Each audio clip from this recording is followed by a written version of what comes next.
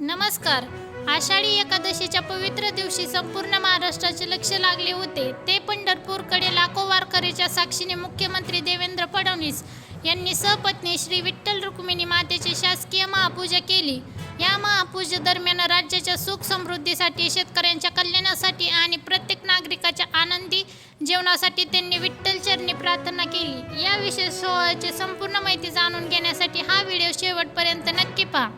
आषाढी एकादशी हा वारकरी संप्रदायासाठी अत्यंत महत्त्वाचा दिवस आहे. दरवर्षी महाराष्ट्राच्या कानाकोपऱ्यातून लाखो वारकरी टाळ मृदुंगाच्या गजरात ज्ञानोबा तुकारामच्या जयघोषात करत पंढरपूरमध्ये दाखल होतात.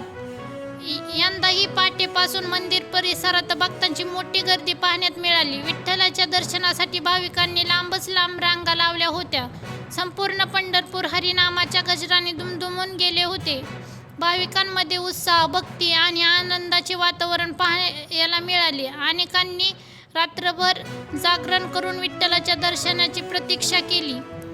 आषाढी एकादशीच्या निमित्ताने मुख्यमंत्री देवेंद्र फडणवीस आणि त्यांच्या पत्नी अमृता फडणवीस यांनी श्री विठ्ठल रुक्मिणी मातेच्या पारंपरिक पद्धतीने सपत्नी शासकीय महापूजा केली. वैदिक मंत्रोच्चार हा धार्मिक विधी पार पडला. मंदिरातील पुजाऱ्यांच्या उपस्थित सर्व धार्मिक परंपरेचे पालन करण्यात आले. महापूजेनंतर मुख्यमंत्र्यांनी विठ्ठलाच्या चरणी नतमस्तक होत संपूर्ण महाराष्ट्रासाठी प्रार्थना केली. मुख्यमंत्र्यांनी प्रार्थनेत राज्यातील प्रत्येक नागरिक सुख राहो, महाराष्ट्रात कायम समृद्धी नांदावी, शेतकरी आनंदी आणि सक्षम व्हावे, उद्योगधंद्याला चालना मिळावी आणि राज्याचा विकास अधिक वेगाने व्हावे अशी भावना व्यक्त केली. तसेच राज्यात शांतता, सामाजिक सलोखा आणि सर्वसामान्यांच्या जीवनात समाधान लाभावे अशी त्यांनी विठ्ठलचरणी प्रार्थना केली. ही प्रार्थना केवळ धार्मिक परंपरेचा भाग नसून राज्याच्या कल्याणाची भावना व्यक्त करणारी होती.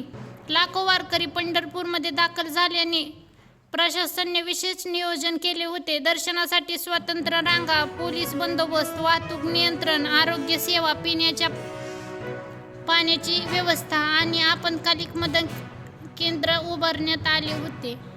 लाखो वारकरी पंढरपूरमध्ये दाखल झाल्यामुळे प्रशासनाने विशेष नियोजन केले होते. दर्शनासाठी स्वतंत्र रांगा, पोलीस बंदोबस्त, वाहतूक नियंत्रण, आरोग्य सेवा, पिण्याच्या पाण्याची व्यवस्था आणि आपत्कालीन मदत केंद्र उभारण्यात आले होते. वारकऱ्यांनी प्रशासनाला सहकार्य करत शिस्तबद्ध पद्धतीने दर्शन घेतले. यामुळे संपूर्ण सोहळा शांतीने आणि सुरळीत पार पडल्याचे दिसून आले. एकूणच आषाढी एकादशीच्या दिवशी पंढरपूरमध्ये पार पडलेली श्री विठ्ठल रुक्मिणीच्या शासकीय महापूजा हा आजच्या दिवसातील अत्यंत महत्त्वाचा धार्मिक सोहळा ठरला. मुख्यमंत्री देवेंद्र फडणवीस आणि राज्याच्या प्रगतीसाठी, शेतकऱ्यांच्या कल्याणासाठी आणि महाराष्ट्रातील जनतेच्या सुख समृद्धीसाठी विठ्ठलचरणी केलेली प्रार्थना ही या सोहळ्याचे प्रमुख आकर्षण ठरेल. दरम्यान लाखो वारकऱ्यांच्या उपस्थितीत पंढरपूर पुन्हा एकदा भक्ती, श्रद्धा आणि एकात्मेचे केंद्र बनलेले पाहायला मिळाले. तुम्हाला या सोहळ्याबद्दल काय वाटते? तुमचे मत कमेंट करून नक्की सांगा. अशा ताज्या, विश्वासार्ह आणि महत्त्वाच्या बातम्यांसाठी आमच्या चॅनलला सबस्क्राईब करा.